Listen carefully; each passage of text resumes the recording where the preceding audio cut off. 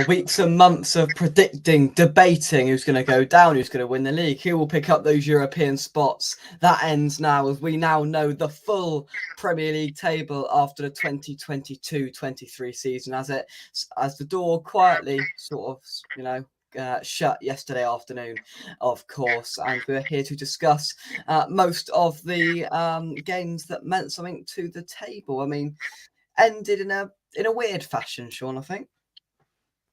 Yeah, I don't think there's any massive dramas. Was there? No. There's a few minor twists and turns earlier in the day. I think we were waiting for the Everton goal to probably go in. Once that one went in, that was more or less it, really. I think obviously the Villa-Brighton game, Brighton got a goal back, so it was whether they could get another back, but I didn't hear anything more of that game after their first goal. So no major dramas, not really. No, and I think we'll move straight into it. And then one of the first, shocks of the day. We always get a few funny results on the final day. And fair play to Brentford, who have done the double over Manchester City, the only side to do it in the Premier League this season. And, well, it doesn't really matter what side you put out. Brentford have still beaten twice. And fair play to them. They've ended the season well. Yeah, I think I probably doubted Brentford a little bit this year. I did wonder whether they keep up the form from last year. I think they finished a higher position this year than they did last year. I'm sure I read it's something like the highest league position over 80 years or something like that. But yeah, you can't know Tony, obviously. I think that's been a bit of a farce as the season's gone on. Like, I think Thomas Frank, even on the pitch, his microphone said he asked them to support him, didn't they? Something like that. Not sure I like that, really, because they're almost trying to play down what he's done. I think it's... Yeah.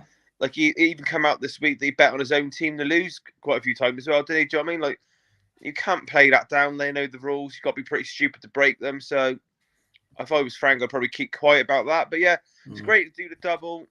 I didn't actually see the City team. I know Haaland didn't play because my lad was moaned about not getting Dream Team points. But I think I said last week, this season, Pep's managed the squad better than he ever has. Like, they possibly, even though they walked the league a few times, just run out of steam when it comes to the Champions League. They sort of hit and form in that a little bit. So I'd like to see that he's got it right this time, and he will go on and beat United next week, then Inter Milan the week after. But yeah, they obviously got the title, so it didn't really matter yesterday. I'm sure they didn't really give a damn how the game went whatsoever. No, well, the big clubs that have got European finals to come, they didn't really, particularly care what happened yesterday, Shaun. Am I right? Oh, wouldn't be so sure about that. I've heard a few people moan about your performance. So, well, everybody's got to have a moan, haven't they? Everybody's got to have a moan if they want to. Lawrence, thank you very much indeed for joining us, and everybody else. I hope you are well. Just a word on Man City. They've done it in the end. There was points where even you, the Spurs fan, said I think Arsenal might do it. Of course, we all know what's happened, and they've ended up breezing it, which is mildly amusing. So. Fair play to them. They've stuck at it, and we've all doubted them through this season. And we've sat here and we've talked about them probably going they might not win a trophy this season, and I think they'll win the treble now. So if they do, that would be a fantastic achievement for them. And I think it was two good sides coming up against each other, and I'm kind of glad Brentford won because that's good for them to end the season on a high. I can't remember the exact amount, but their points total is nowhere near one of their best, is it? I think it's not like a. No, it's not. No, they've hit 89. They hit 100 once, didn't they? Yeah. So again, they didn't. I think they're very hit and miss. I couldn't probably do about Christmas, maybe up to the World Cup. Maybe they lost quite a few here, there, and there. I think a lot of people were saying that Haaland was scoring the goals, but to be fair, if you look at the stats from City, they've drawn 5 and they've lost 5, so they haven't won 10 Premier League games this season. Yeah. So that's a lot worse. I don't think they've done that for a while. That's probably to drop points in 10 games. That's unheard of. I'm sure that wasn't on purpose, but maybe, again, hitting form, hitting fitness, things like that. I think Grealish, as the season's gone on, has got better and better as well, just to name one. Obviously, they've sort of moved John Stones into this new midfield. They're playing this strange sort of inverted fullback, which I haven't managed to work out for myself yet, what's going on there. And you could just go all the way through the team. That Akanji's come in on the cheap from Dortmund. Good sign. They got Rico Lewis. They're integrating a few little kids as well.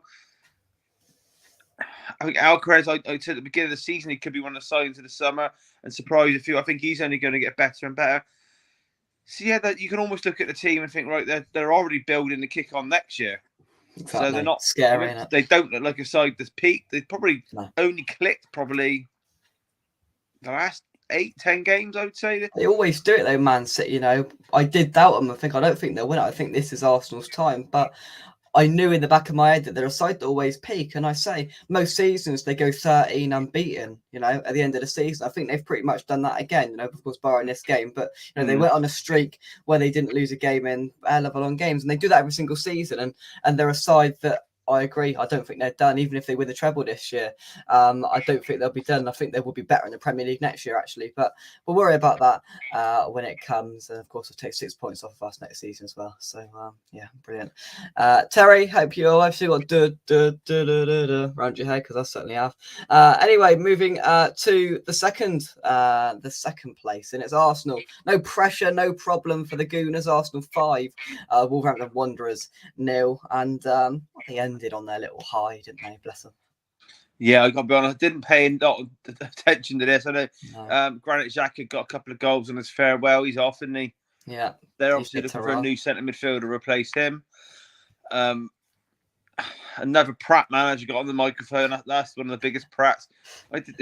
He's just like anyone that can remember David Brentford in The Office. He's just like him, and he's like, you listen to him and he cringes with his little anecdotes and his little stupid things. Like, I don't know if it is true. I might mention this in another show, but apparently he got a dog for the training ground. Did you see that? Yeah, one? Win.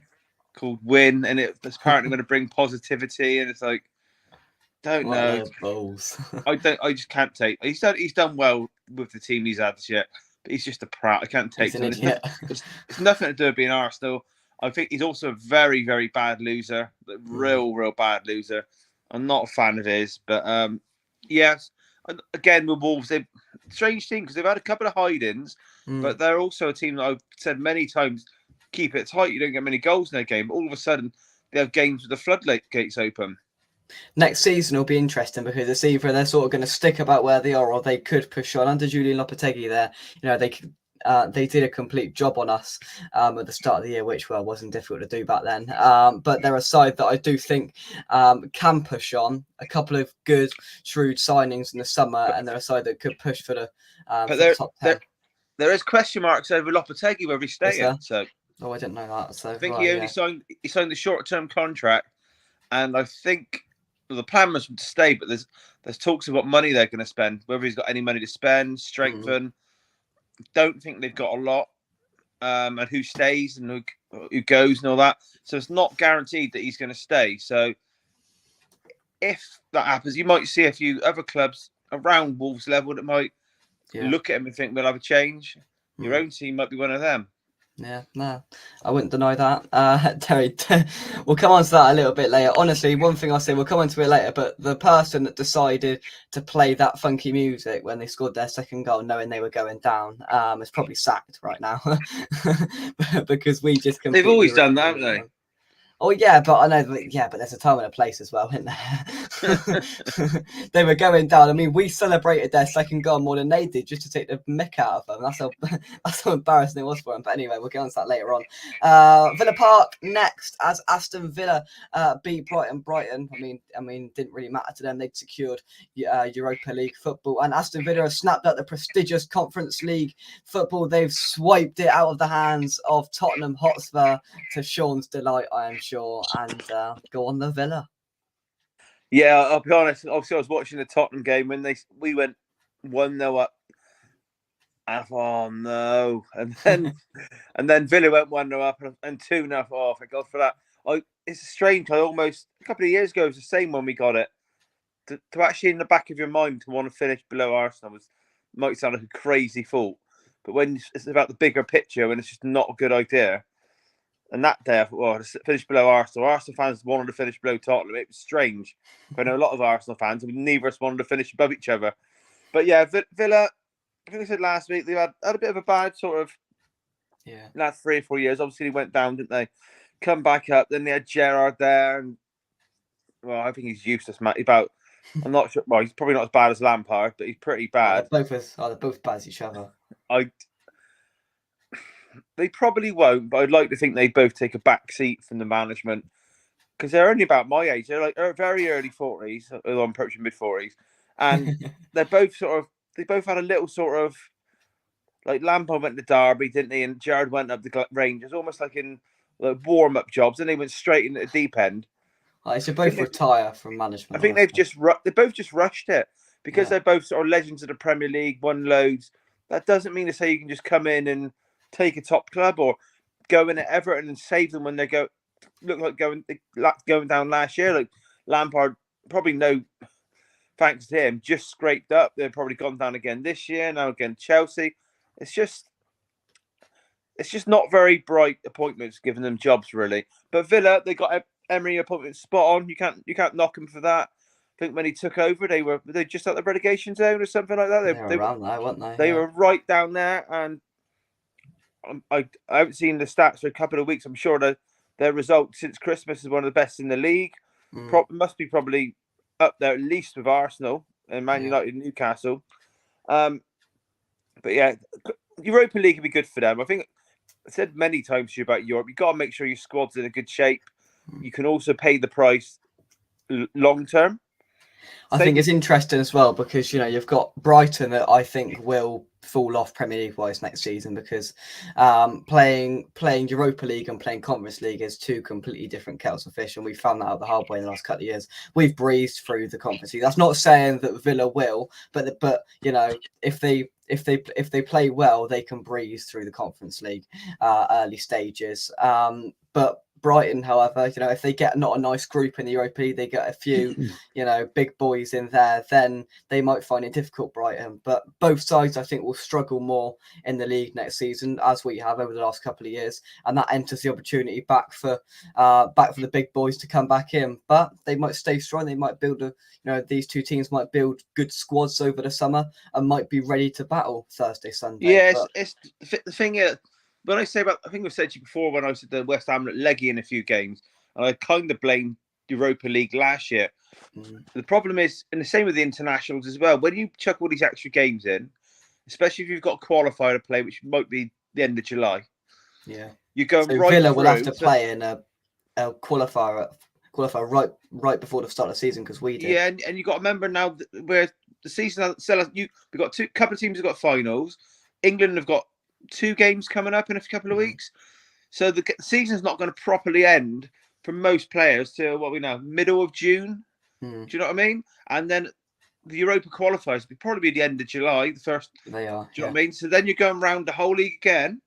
Do you know what I mean? So they might not struggle that much next year, but the year after again, where they've still got no recovery, it takes its toll and.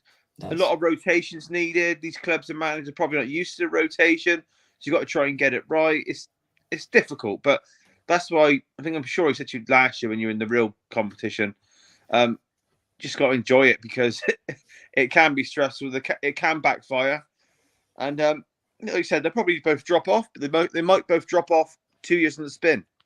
It might be more than just one season where you get a drop off. No, I think you're right. Terry says, fair play to Villa. Emery has been a ray of light for them. Soft spot for Villa after being on the at the Villa table at Sports Awards dinner. Yeah, definitely. I spoke to him a couple of weeks ago, and overall Villa fans are chuffed with what they've got now. And I think the main thing that fans have got to do, and we've done it as well, is the fans need to go over and enjoy a few 2-day benders somewhere and have a good time. And that because that's what it's all about for clubs that aren't part of the traditional big six. When they get into Europe, you've got to enjoy it. It's a great 6 months for Villa, and they'll capitalise and have some good times next season as well. Right, let's move on. A quick word on this because it doesn't really mean anything to anyone ever. But Southampton 4, Liverpool 4. I'll do this one. Give you a rest, Shaun. Well. I just people around me, beyond me, in front of me, flipping out. Southampton They scored 2. Oh my God, Liverpool are about 4-4 all of a sudden. I think this sort of sums up Liverpool's season. And there's the whole, Salah's come out and say he's obviously not very happy with his social media posts, and Klopp seems pretty content with getting Europa League. So there seems to be a bit of a divide there. Klopp seems pretty happy, and some of the players maybe not so much. So it's going to be an interesting season for Liverpool next season. Southampton, obviously, we already knew are long gone down into the Championship. I feel for Southampton because I just can't see them coming straight back up, because they're going to lose so many players. They've signed so many players that nobody's ever heard of that are crap, because we've seen that.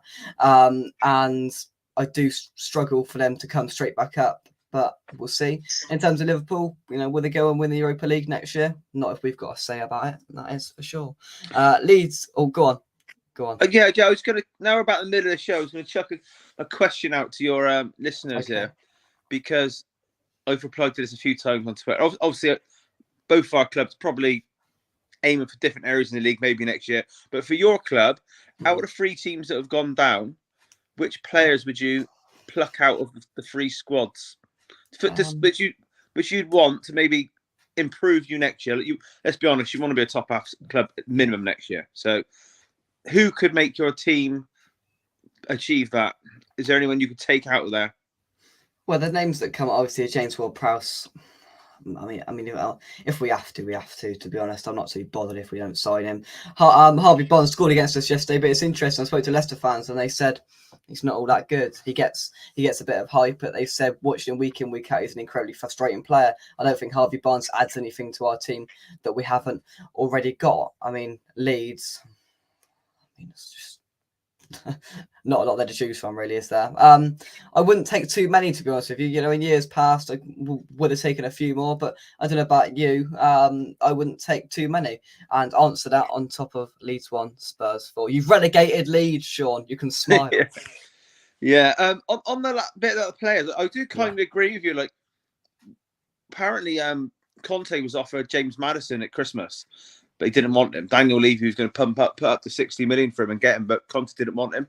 My problem with buying from Leicester, especially Maddison and Barnes, I doubt their attitude a little bit. Like, the squad's it should be too good to go down. Maddison as well. I mean, we've got Paqueta. I don't know about you. I just don't see the need. I really don't. In the right system, you can do that. I just think they're all both a bit inconsistent. For your lot, I do quite like Alcaraz at Southampton. I think he might. Right. I think he might fit in as an attacking forward. But yeah, on this game, blimmin' no. I said I'll be honest. Every Tottenham fan genuinely thought. I've even argued with Tottenham fans this week saying Leeds aren't very good. We might get something. They thought they'd be. Most Spurs fans thought we'd lose. But I was watching it, and I've said to you quite a few times. The problem at Leeds, they've had all these different managers coming in with different ideas. None of the players are built for a certain type of idea, so you've got a proper mishmash. So Big Sam's come in. I think he get 1 point out of 4 games or something like that. Yeah, but against Newcastle, the game started, and straight away I was expecting it. Maybe naively, they had to win no matter what. Same as Leicester. Yeah. Maybe naively, I thought we're going to see a bit of old Leeds here. They're going to be gun ho. They're going to be you attack, we attack. The commentators even said on there, so Spurs' weakness can be we can be got out. If we let 1 in, we can let 3 in. They were terrible. They didn't really have a go. I think I've said to you many times that Leeds have got they've stockpiled attacking wingers. Yeah. They didn't really play any of them. They had one up front. Obviously, Bamford's injured. Rodrigo didn't really get a kick. They started with a back 3. With wing backs, obviously, they didn't really get forward a lot. I think Big Sam said in the interview, we created 20 chances, but like they said in commentary, they were all half chances. They were all half scuffs over, scuffs wide. I think they had 2 shots on target. One was the goal in 90 minutes when they've got to win a game of football. And when I say sounds like the same as against us last week, but they're bad at the back. As for the management, Tottenham were 2-0 up. Bear in mind, they had to win. Everton had to lose. So they had to beat us. Their aim was really to try and beat us by 2 clear goals. Because if Everton drew, they had to beat us by 2 clear goals to try and leapfrog everyone, which Leicester won anyway, so it wouldn't have mattered. But it got to an hour mark, and they're saying, why hasn't he made a change? So they're 2-0 down on the hour mark, and they've been 2-0 down for about a quarter of an hour. So it wasn't like right, we're 2 down, we got to change. He still left it for another 15 minutes. And I was watching, I'm thinking, I need Big Sam come out. Admit at the end he didn't enjoy it. The crowd were booing booed off at halftime leads. They were subbed McKennie off, and they were abusing him, singing a song abusing their own player. The full-time whistle went. They're fighting with the police. It was a complete and utter mess, and it just sums up what Leeds have probably been the last 2 seasons, but this season especially. The board haven't really had a clue what they've done. Big Sam admitted he hasn't really enjoyed it. All I've seen from Big Sam, all he's done coming to that team, is try to go a bit defensive, hard to beat, and a long throw. And that is the only reason Weston McKennie's been on the field. I think, were you linked to Weston McKennie as well at one point? Maybe, I can't remember. Papers might have done it, I don't know. Yeah, they've gone down. They deserve to go down. Yeah. They have. I don't know what's going to happen, because they were due a takeover by the owners of the San Francisco 49ers, like a bit of a franchisey thing. They've swerved away. They already own about 30% of it, I think. But the current owner is going to lose about 100 million of the rest of the shares now they've gone down. A lot of the players they signed in on contracts have even got they can either leave because they've been relegated, or they signed the contract with reduced wages going down. So it's not going to be a happy club.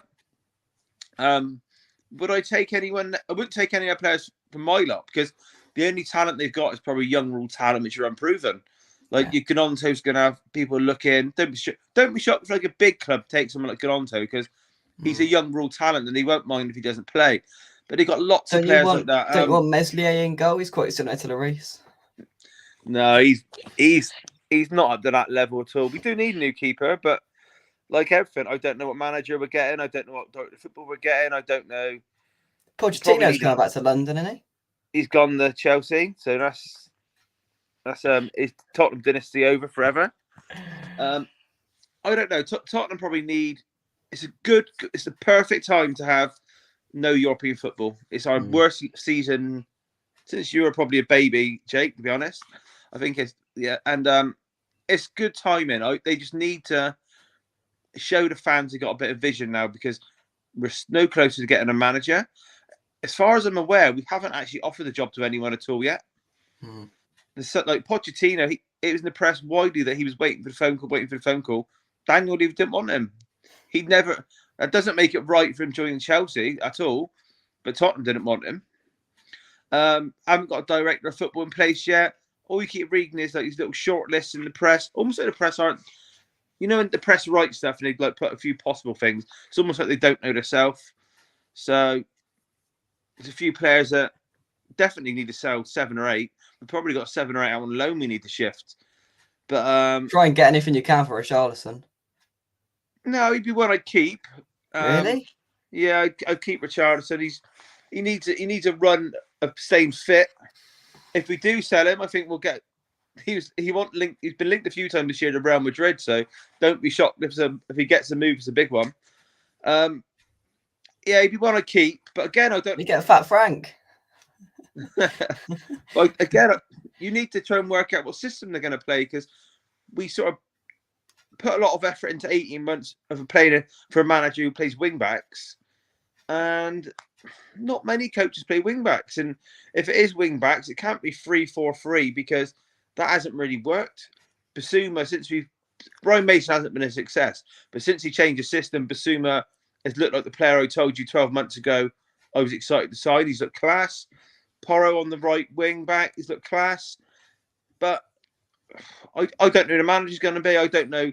Got to get the appointment right. We'll leave it. I think from me, I think you've got to get the appointment right. If you get the appointment right, if you get the appointment wrong again, then you could be going down a spiral, and it could be a good few years. Because I think this appointment for you this summer is probably the most important in quite a while. It is, but what we've done the last couple of years, the owner and the board have wanted a short-term fix a lot. Pochettino ran out of steam. He wanted to get Mourinho straight in. That was a short-term thing. That didn't work out. Then he wanted Conte. That couldn't work out. So he had to go for Nuno just to put someone in the seat. Then he got his man Conte, did all right the first year, got Champions League football. That went wrong. So I wouldn't actually mind after. I think we had this. I think it's 14 years in a row in Europe. Obviously, you got to come back. I'd rather come back slowly, building a team a little bit.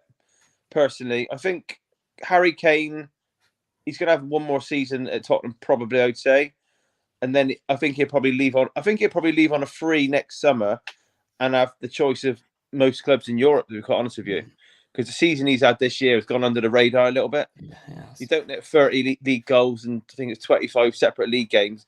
It's astonishing, really. But you never. He is a Tottenham boy, and like you said, if the appointment's right and it looks like we're building something fresh, something exciting, you might get the January and he signs. Do you know what I mean? I think he'll wear the armband next season. So, but you are right. The appointment's right. I don't want it to be another short-term one or another one which looks like a fifth choice, which has happened before. I don't want to read of a manager. Oh, it's fallen through.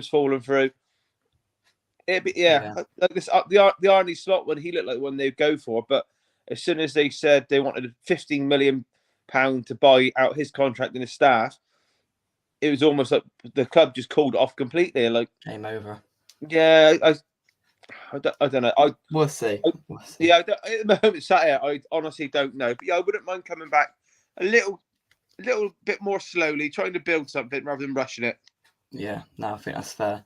Scrolling on some of these comments, shame to see Leeds down, really proper side from back in the day. Great fans too. Terry says, not sure if I'm Sam is the answer for Leeds. Maybe someone like Kolo Toure could do the business there. These sides that have gone down, when I look at what Bournemouth have done, Burnley have done, and maybe try if they're out of a manager and try and adapt the same thing. Will it work? I'm not sure, but I think the three clubs that have gone down, if any of them come straight back up again, I will be quite shocked, if I'm honest with you. But we will see. The only reason why they might be up there, Jake, is like I know you criticised the Premier League this year. I don't think the Championship's been very strong either. I don't. You're getting the teams that are in the playoffs.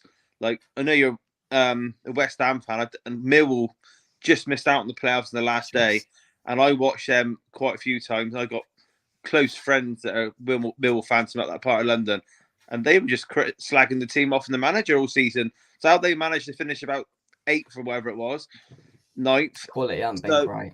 It's not a strong league. Who come up? Luton come up with Burnley, and who else was there? Forgot. Sheffield United. Shit. That's going to be a few nice away days. That is Burnley, Sheffield United. Yeah. So yeah, I think you're right. No, none of these three teams that have gone down are going to run away with the league at all. But they'll still probably all three be up there and thereabouts, because I don't think there's also a lot of teams in that Championship I've always thought are content to be in that league, because it can the money that gets chucked around when you go in the Premier League can mess up the football club a little bit. And I think one of our local sides, Bristol City, is one of those, because I know a lot of season ticket holders go there. Lansdowne was one of Britain's richest men. He only just puts enough in, almost like he's never ever had a go. He's been content. Nigel Pearson, that's a dull point. He's been there about 3 seasons now. Almost like, you're content with the amount of money a Championship club ticks over. If you go to the Premier League, you've got to end up spending a couple of $100 million. It's a strange league, the Championship. It can be a bit of an odd one. Yeah. Let's move to the King Power then. Well, in the end, it didn't really mean anything to them. Leicester 2, West Ham United 1. Well, we all knew going up there it was going to be a bit of a party, and that's exactly what it was. In the end, sun was out, sort of. We had a good afternoon in the pub and then went over, and the football's crap, but it wasn't really the football we were watching. We all sat there and said we probably want Everton to go down, but it didn't really. It doesn't bother me. I'm not going to lose any sleep over whoever goes down, as long as it's not us. To be honest with you, of course we have preferences, and many of our preferences was to see Everton go instead of Leicester. But they were giving us a bit of stick. So we found their upbeat song when they were going down quite amusing. So we decided to copy it and take it to the next level, and it was brilliant. And I mean, we got a goal back. I mean, if we would have equalised things up, that would have made things 10 times better in there in the end. But it wasn't about the result. The main result for us is nobody got injured as we're aware of. I'd have much rather we lost yesterday and kept injury free than beat them and lost Rice, Paqueta, and Aguerd. You know, it didn't matter whether we won, lost, or drew yesterday. The only thing that mattered is to ensure that we still had a fully fit squad. And as far as I'm aware, we still have that. So that's the win that I'm taking out of it. Yeah, it would have been nice to beat them, but I mean, they were up for it. You know, early on, they had some Leicester songs going. They had the clappers and some flags going around, and they created a bit of an atmosphere in there. And they did their job, but unfortunately, of course, they left it too late over the other 37 games and were relying on Bournemouth, who I said would lose to Everton. And they did in the end. Great goal from Decore. We'll get into that a little bit later. But it didn't matter to us. We had a bit of fun, and now hopefully we can do the business in Prague. Many people have criticised our antics, but I mean, it was a bit of fun. It's a bit of fun, Shaun. Yeah, why was it a party? That's what I didn't understand. Why was it a party atmosphere? Well, because we made it to a European final and we're safe. Oh, right. Well, after having a party in a game the week before the final, I hope you go and win it. You'll have some red faces then. You'll have some red faces then. Enjoying the party when you haven't even won it yet. Well, it's the occasion, isn't it? It was a great day, and there was that bit of excitement. We wouldn't have done that if we weren't in if we weren't in a final. We were just completely taking a mick out of them, and then they started biting back, and then they didn't particularly like the "Say Hello to Millwall" chant that was going around either. So we just wound them up, and it was quite funny. But if we win it, then we're going to think, well, what a sort of good pre-Prague party, Shaun, and you'll agree. Pre-Prague. Well, yeah, I expect there's more in that away, and then you're going to get in the stadium in Prague. So no, we got 5,000. Yeah, why would you prefer Everton to go down anyway? That's an odd one. Any reason? Because we've had 2 rubbish away days up there, and it would be quite funny for them to move into a new stadium in the Championship. It's a long way up there. It's a crap view, and I just don't particularly like Everton, but I didn't really care. Yeah, for me, I was glad to see Leicester go because I think they got a bit when they had won the title in the FA Cup. The fans probably got a bit too big for their boots. I think they're an interesting. I mentioned this to you a couple of months ago. Obviously, their owner died. I think the King Power still sort of own it. It'd be very interesting to see what their club does from a financial side now. I'm sure I read it's the most expensive squad to ever go down. Yeah, the highest wage bill by an absolute mile to go down. It was like a top half wage bill, at least. I can't remember. I don't think they've spent a lot of money. They've always been like they've got a bit of a selling club, and they get started sell. I think that Tielemans is they've got players. Problem what they've got, I'm going to say they've got players too good for the Championship. They've got a lot of players who know they're too good for the Championship, and that's been the problem. Like Tielemans been running this deal down. You've got Barnes and Maddison, they'll both go. It could be a case of they go somewhere and probably just sit on the bench a lot.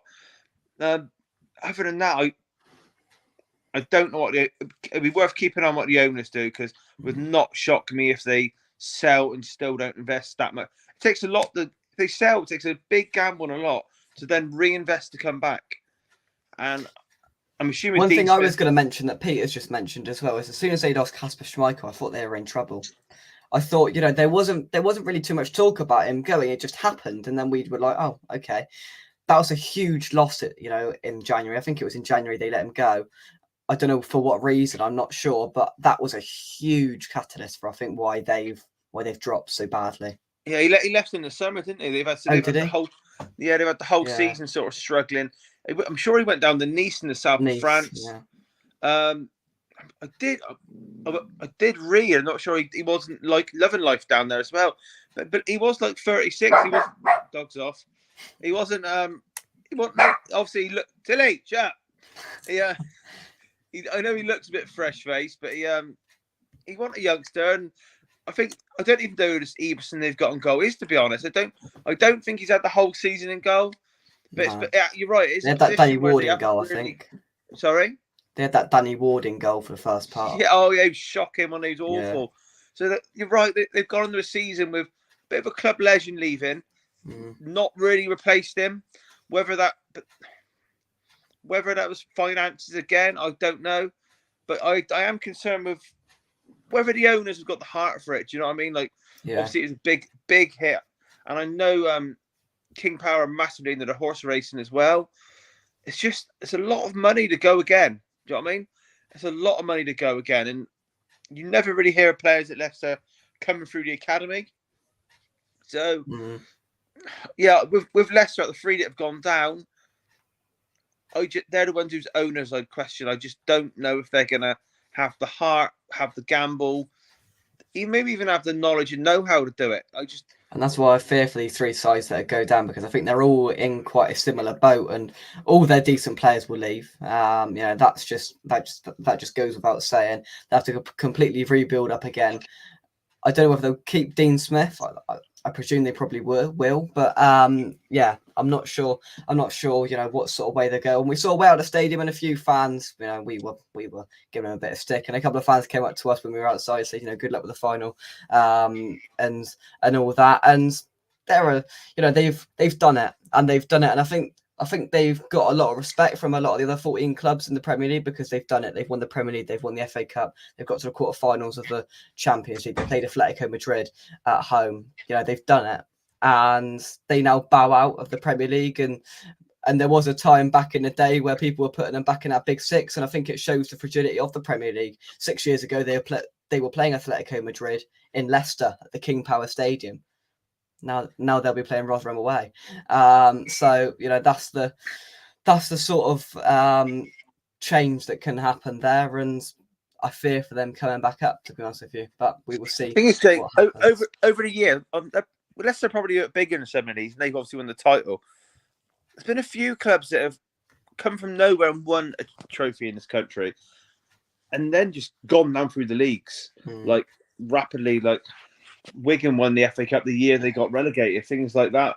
Portsmouth when they had Harry Redknapp, they had quite a good. I think they had 2 cup finals in like 3-4 years, winning it one year. Then they sort of nearly went bust. Do you know what I mean? They went back down the league. I think they're in League One now. It's nothing's always forever, and even like the big, very, very biggest clubs like Everton and Tinker, I know they haven't probably won anything since 1995. Everton when they won the FA Cup. But if you don't get a decent manager, you'll be in a relegation battle next year, Shaun. Well, teams have got to be careful, because you can only be a mess so much.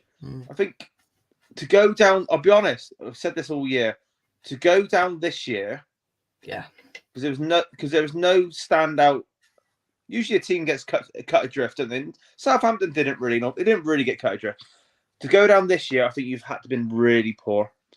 So we look at the teams that survived on the final day. Do you know what I mean? And I know you got yourself out of it a bit. Bournemouth, no one expected Bournemouth to stay up. Most people didn't expect Forest to stay up. So for you to get relegated the season, that quite a poor Bournemouth, quite a poor Forest, a dreadful Everton. If you're at West Ham's worst season in 10 years, whatever it is, I'm just guessing. If you've gone down that year with less than 34 points, is it? Teams that went down are on 34, 31 and 25. Yeah, if you've gone on this year, you've been a bad side, a real bad side. And that's probably why we're sat there and we're struggling to pick out.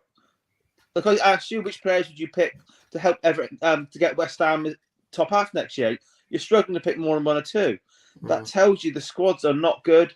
The managerial chopping and change has been a complete embarrassment. I know my club's been the same this year, but it has been a mess. The teams that have stuck with a manager, in all fairness, the loyalty's paid off. Like your Bournemouth, your Forest, do you know what I mean? They've done what they had to do. But the 3 teams that went down, the teams that go down always deserve to go down. They've been bad. They have been. There's 3 bad sides. Like, I can't really. There's been all the teams have had the odd freak result where they pulled something out of the bag. But it's probably been 5, 6, 7 poor sides this year. So if you're the worst 3, you've certainly been bad. Crap. And we will touch just before we go on Everton 1, Bournemouth 0. I expected Everton to win. I'll do this one to finish off. I expected Everton to win, and they did in the end. A cracking goal from Decore to secure their safety. And to be fair, it was a good job they did get that goal. Otherwise, they would have been a team we'd have been talking about tonight below that red line. So that goal has kept them up, and another bad side. And I always like listening to Shaun Dyche. We listened to him as soon as we got back in the car yesterday, and he said that if he stays on, which I'd expect him to. Then the players have got one hell of a pre-season ahead of them, ready and I think he will pull them if he gets a couple of shrewd signings in his signings. If he stays there, Shaun Dyche, I think he'll get them not well away, but I think he'll get them away enough from the relegation zone, because next year, I've sort of planned that anything could happen. I'm expecting Burnley to be above it. I'm not expecting Burnley to go straight back down if they perform under company. Sheffield United, I'm not sure. Luton, they could either go and absolutely storm it, or they could really struggle and be one of the worst sides I've ever seen in the Premier League. So there's that element of unpredictability, and I've looked through the teams that are in it this year, and especially with the high performance of Brighton and Villa this year, looking down through that table, losing names that have been in there like Southampton and Leicester. I mean, it makes the Premier League lineup for next season look stereotypically quite weak. When I looked at it, I went, flipping hell, So we've got an interesting Premier League season ahead of us next season, Shaun. Yeah, I think when you look, it'd be interesting to see what the clubs do when they come up. But when you look at the teams that have done quite well, I think it's teams we slagged off. Leeds, the organisation bonus team, been shocking. Leicester, don't really think they've known what they're doing. Southampton lost it. The likes of your Brightons, your Brentfords, your Fulhams, they've put a young coach in to build a team which is good to watch.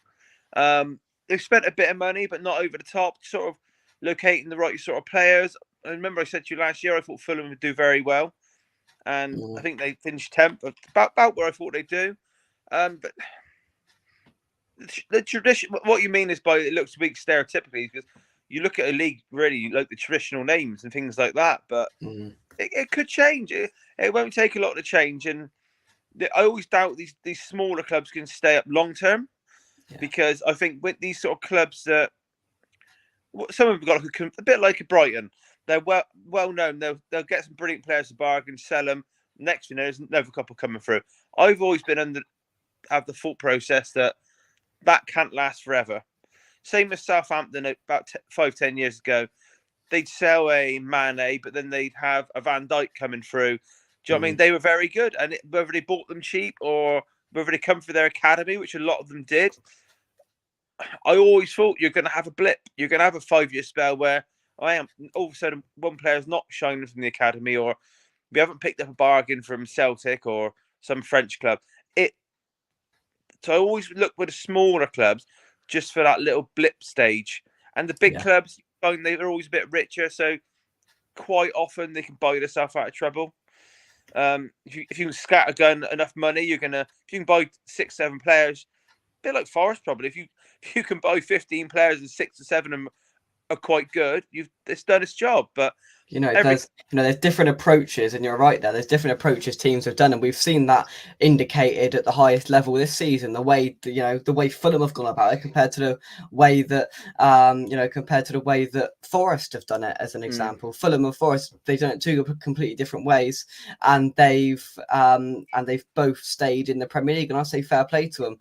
I'm liking the difference, and the Premier League has got quite predictable over the last few years, and I quite like the lineup for next season because there's some different names. Obviously, Luton I haven't seen in there for ages. Forest have stayed up. Sheffield United aren't in it every year. There's some different names, and then there's some different names challenging as well. Next season's got the sort of aspiration and potential to be a really interesting season. And we've got some unknowns, as we've mentioned, and we don't know what Burnley are going to do. Are they going to continue storming on? We've got no idea what Luton are going to do. They've got to do £10 million worth of improvements to their stadium to even make it Premier League ready and playable according to the Premier League. So it will be interesting to see what adaptations will have to be made in that sense. But plenty to discuss, and we've got a break now until August. Well, I mean, the crap teams have. Some teams have still got a game to go left in their season, of course. So a couple of last comments. Roll on the plate. Roll on August, indeed. So fixtures are out on the 15th of June. I think I read today, 15th of June. I think the fixtures are at 9 a.m. of course. I've got an exam that day. When's your cup final? Is it midweek? 7th of June, Wednesday.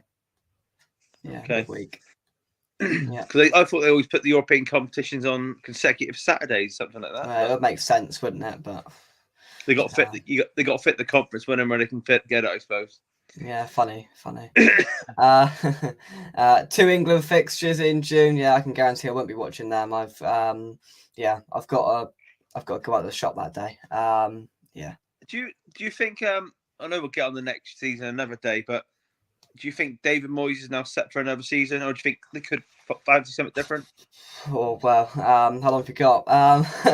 It's going to be interesting because I mean, there's many people have indicated, a few people have had a good moan about yesterday, and that was always to be expected.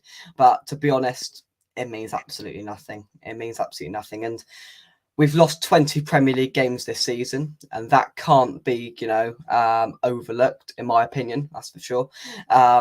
Losing 20 Premier League games is a sackable offence. But if we win this European competition, there is no way the board are going to sack him. We haven't won a European trophy for 47 years. There's no way they're going to sack him, and I still don't think they'll sack him even if we lose a week on Wednesday, because we've got to a final. And I think that's the way they'll look at it, and they'll try and build on for next year. And I see potential there, which is what I didn't see 2 months ago. Players that I thought, Christ, why on earth have we bought them 2 months ago, are starting to show their worth. Kara, Paqueta, they're beginning to get a bit better. Next season, Moyes will still be in his job. I can guarantee you of that. To some fans' dismay. All I'll say is, Shaun, it's going to be an interesting first 10 games. If it goes the same way, then I don't think they'll be left with any choice. All right, mate. We'll see what happens. We will. Let's take some final comments. June 7th, I'll be in the Bahamas. Well, it's very nice. Very nice indeed. Right then. So I think he's over. Isn't he over with the youth players on that cup in India, Peter? I'm not too sure, but yeah, I'm not too sure. Is that the under 20s or something, is it? Yeah, under 21s, I think. P. Gad says, will there still be a Betway Cup if there's a gambling ban? Oh, I don't know. Well, to be fair, we didn't do it last year, did we? We didn't create our own trophy again for us to not win last year. I'm not sure, Peter. I'm not too sure. But, of course, the Premier League season is done. Thank you very much indeed, everybody who supported us through this Premier League season, not only on this show, but everything else as well. Shaun, thank you very much for your unwavering contributions this season. And, well, there was question marks over our Premier League status, but this show will be back next year. Contract negotiations next week. Yeah. Gonna have to up the offers this year, mate. Am I? I'm a busy man, so. Oh, Christ. Yeah, well, I'm trying to get Deliveroo sorted in through more, so you can just ping me, send me food, things like that. Oh, okay, all right, yeah. Well, we'll look into that, shall we? So if you download the app, there's not many options in Froome at the moment, but I can't even get McDonald's my end of town delivered. It's shambles. I'll see what I can do. Shaun, thank you very much, mate. All right, mate. Take it easy. Have a good one. We are now, of course, building up to that final in Prague, and then I'm going to have a break. And even the thought of that final was really annoying Shaun, and he's gone. But yeah, we've had an incredible few weeks. I'll say this now. I'll mention it again after the final. But we've had an incredible few weeks. We're now well on the road to 10K, which is incredible. So thank you very much for your support on this show. We've had another good season on the channel as well. So that's it from us. Any news on pre-season friendlies? We are going to Australia in terms of West Ham. We're playing Spurs and Perth Glory out there, I think. But that's it from us.